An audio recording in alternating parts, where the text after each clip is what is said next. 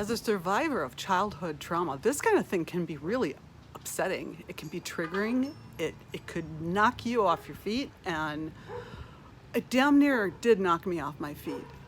But I'm going to share something with you that is, I guess, an example of trauma to triumph, of how I overcame what could have been devastating, and it turned out to really be awesome. Hi, my name is Valerie. I'm an intuitive energy and spiritual healer, and I help people like myself transform from a life of being a trauma survivor to someone who is living a life that is thriving, using the tools that I can share with you from my own experience. And right now, for this first half of November, what this energy is bringing in is very much what the previous energy was foretelling. There being a ship just over the horizon, something good that we couldn't quite see, maybe just the mast sticking up above the horizon, something just out of sight. Not sure what it is, a little bit scary, but I think it's good. And what's happening now is, since we've passed through that new moon in Scorpio, there are three main trends that I'm going to share with you of themes.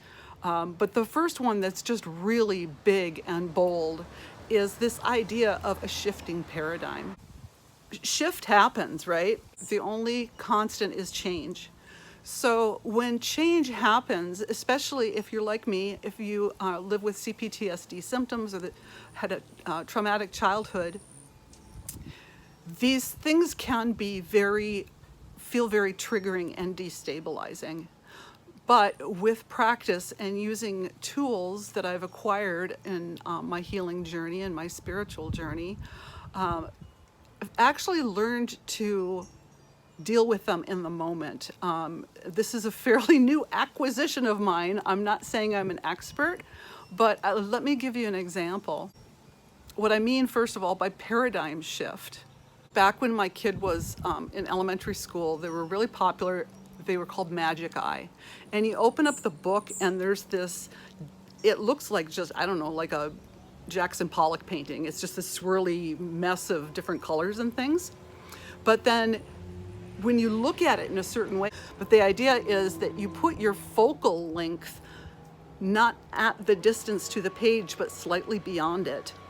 And it took a little practice, but once you got it, there's like kind of a knack to it.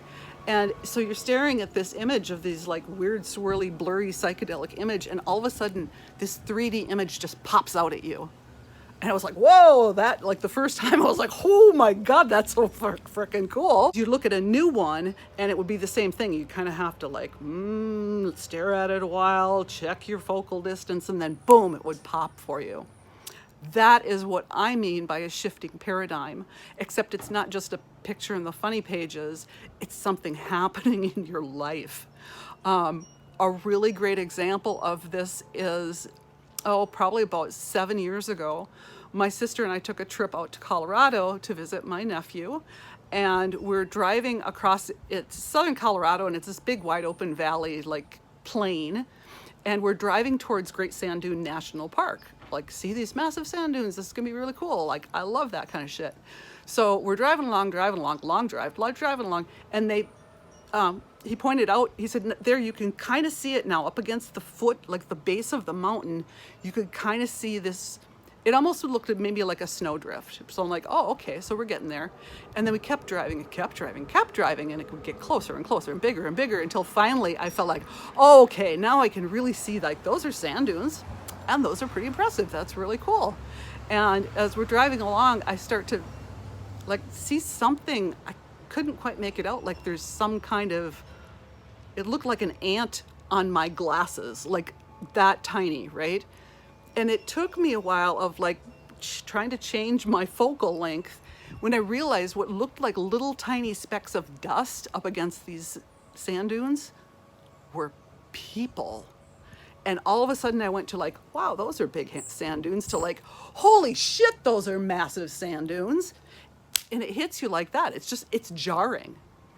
So this is really a metaphor for what is happening now energetically in the collective, is that new ways of seeing are being suddenly thrust at us.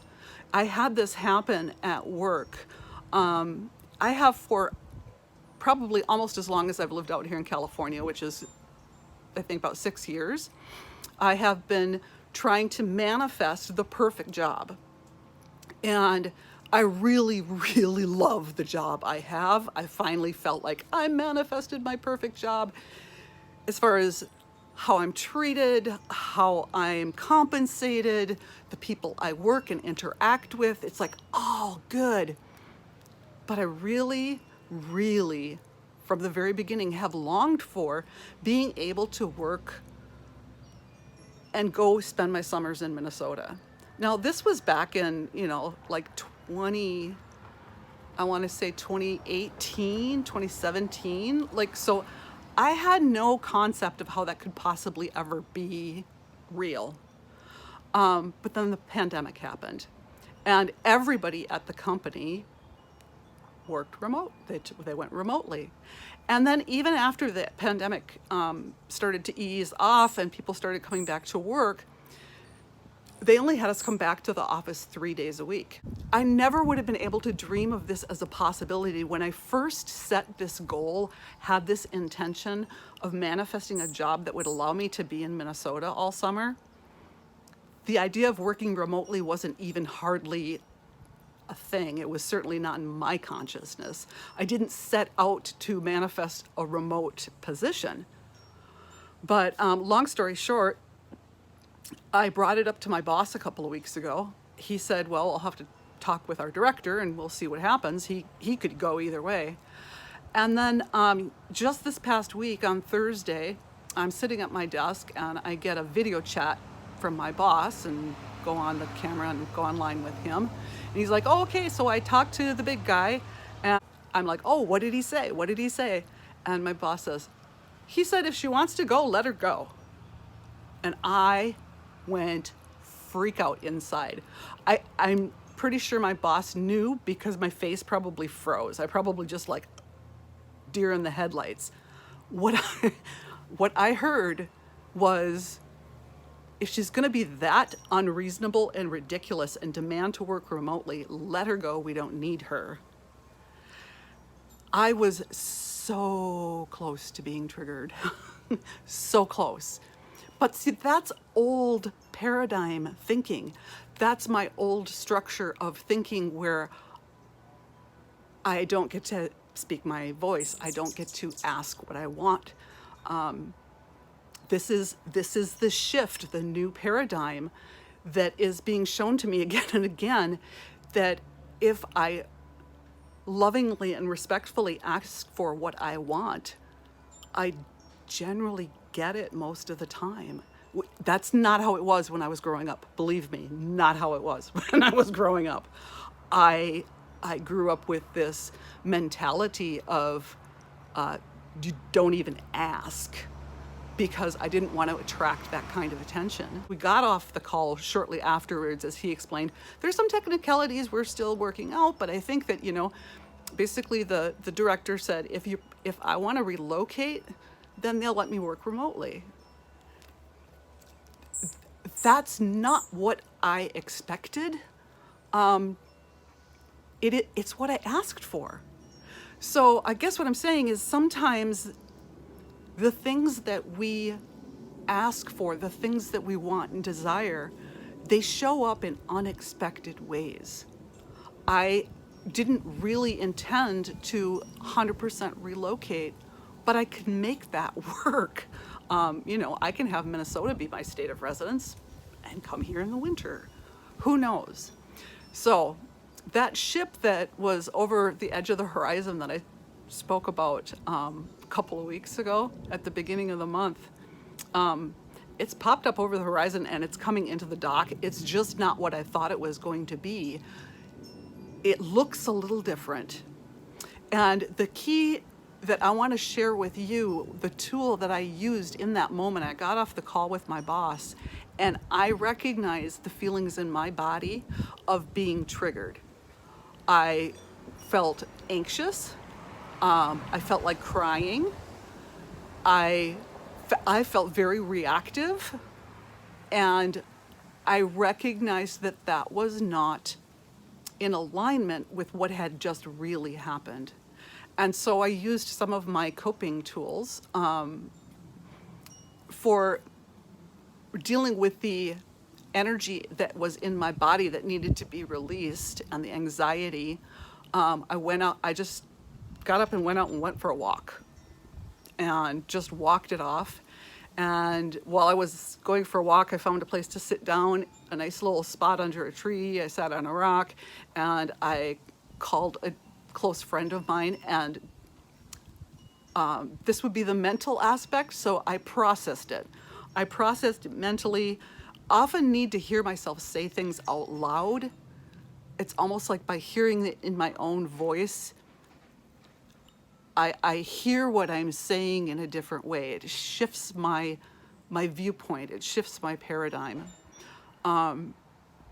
So that is the first theme that I want to share with you for this update, was this paradigm shift. Maybe you're experiencing something like this in your own life. The second theme that I wanted to share with you has to do with heart-centered expansion.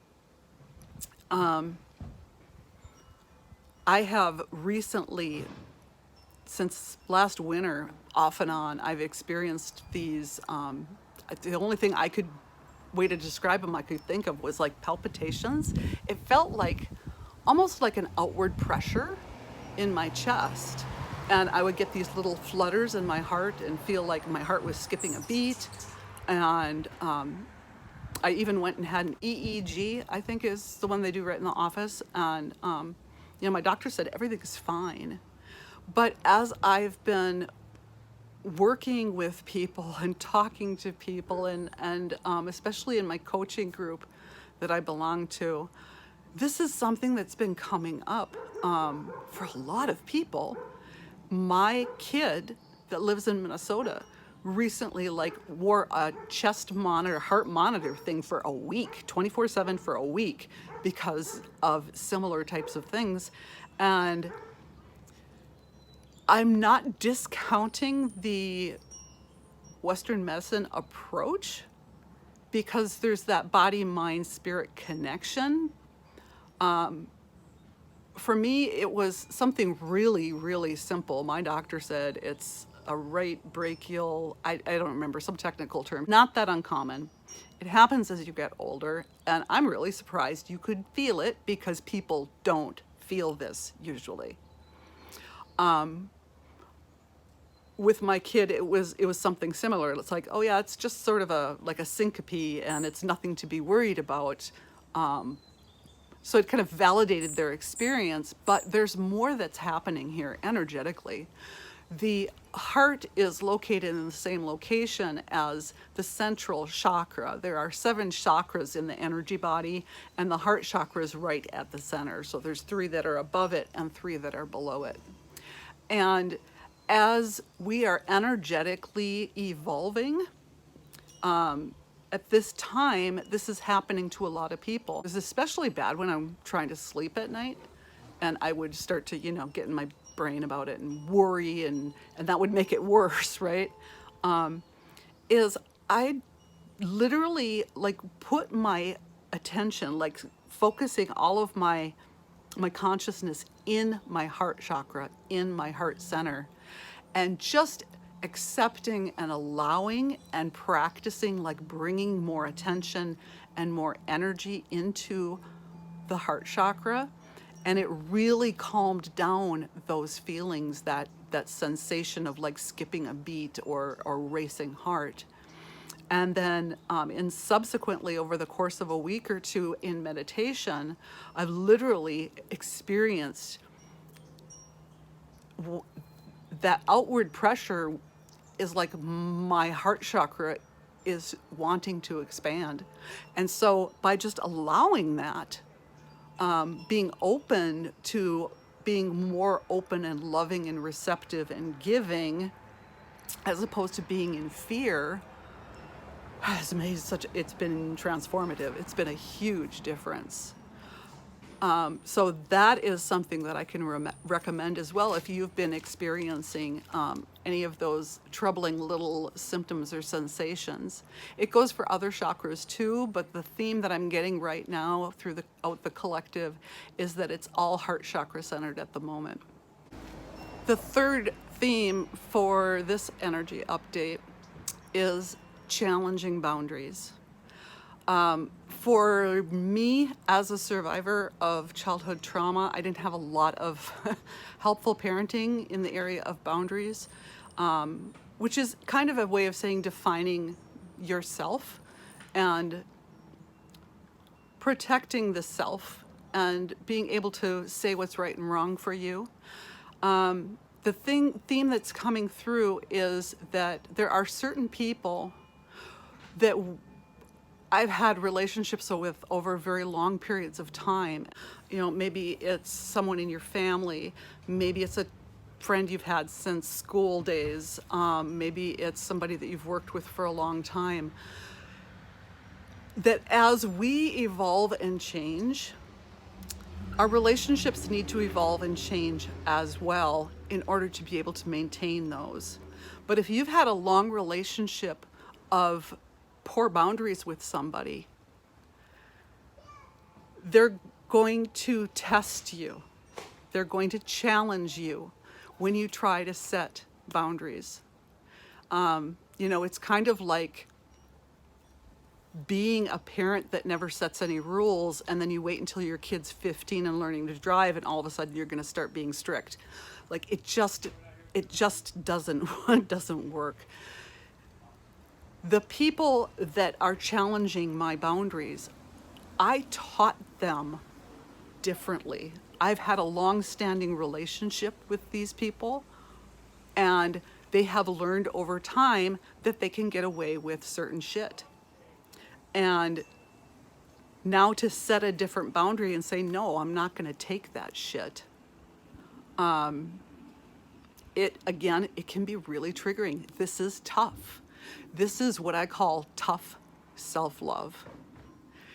You've got to be firm with what is acceptable and what is unacceptable. A very, very close friend of mine is going through something right now with family where it's almost like they're ganging up against her, to put it in childish terms, because it's really childish behavior. But having grown up from childhood with the family members and then, for many decades with the in-law family members, and not demonstrating, not showing what is acceptable behavior or unacceptable behavior, this is the consequence. So I guess in a way you could say it's karma. And so it really sucks. It really bites. And I just want to encourage you, if you're experiencing something like this, or when you experience something like this, is to remember to love yourself first. And sometimes it's letting go of those expectations of other people, expecting to be treated well when they treat you like shit. Sometimes letting go of those expectations, letting go of the engagement, the active push-pull engagement in these unhealthy relationships by disengaging often is the best thing that you can do. If the relationship is capable of evolving, if this person is capable of rising to the challenge, then this is what will bring that about. All of your or my attempts to fix it, control it, manipulate it, make it right the way I think it should be, just adds more negative fuel to that fire. I went through this back just before moving out here to California. At that time, my daughter and her family were living with me, and I was trying to work really, really hard. I was new in my spiritual journey and relatively new, maybe a year or two into my recovery from delayed onset PTSD or CPTSD. And their dysfunctional family relation, well, not the kids were babies, but you know, the relationship between my then daughter and their baby daddy was so toxic, so dysfunctional. No matter how I tried to fix it, what it took was me finally disengaging, and broke my heart. Still almost makes me cry even just to say this, but I kicked them out of my house. I said, you can't stay here. You need to leave. Goodbye now. No, not 6 weeks from now, 2 weeks from now. And then I sold my house and I moved to California. And my kid understandably was really, really furious with me. And we didn't speak for a while. But I knew in my heart of hearts that my trying to support and help them was not the problem, but I was just adding negative fuel to the fire. What I needed to do was step away and say, you know what? You're good, kid. You got this. You'll be fine. You'll figure it out. And when they did finally call on me for emotional support, spiritual support, healing, I'm there. But, you know, a kid will never learn to walk if every time they teeter or begin to fall, you rush in and catch them. They don't learn to walk that way. They learn to be dependent that way. And so I moved out here in 2017, so it's been about 6.5 years. And in that time, I'm not taking credit. I'm just saying this is what has to be. My kid has transformed in the most amazing ways and grown so much as a person and as a parent and as a friend and as an adult child of mine that, I can't even begin to express it. So to recap, our 3 themes that we have right now with the waxing moon in Scorpio are paradigm shifts. They can happen very suddenly, they can feel triggering, but remember to take a pause. Just hit the pause button, take a time out, and allow there to be some distance between you and the event so that you can calm your body, work through it in your mind, bring your energy and your spirit into alignment, and then come back and you'll get a new perspective on it. The second one was a heart-centered expansion. Moving from a fearful reaction to a heart-centered response will really open to all the good things that are flowing into and through you as spirit. And then finally, challenging boundaries. These, again, they can be of trial. They can be really emotionally very upsetting and triggering. But remember that it's radical self-love and self-acceptance, and you have the right to state your needs and to claim what it is that you want in life. You just have to let go of the outcome and let things unfold in their own way. So that's all I got for today, people. If you're interested in hearing more of my story, learning more about me, there's always a link to my website down in the description box. And I'm going to post another video for you up here if you want to know more tips and tricks on coping with CPTSD and the effects of childhood trauma. Otherwise, I will just see you next time in about 2 weeks. Peace.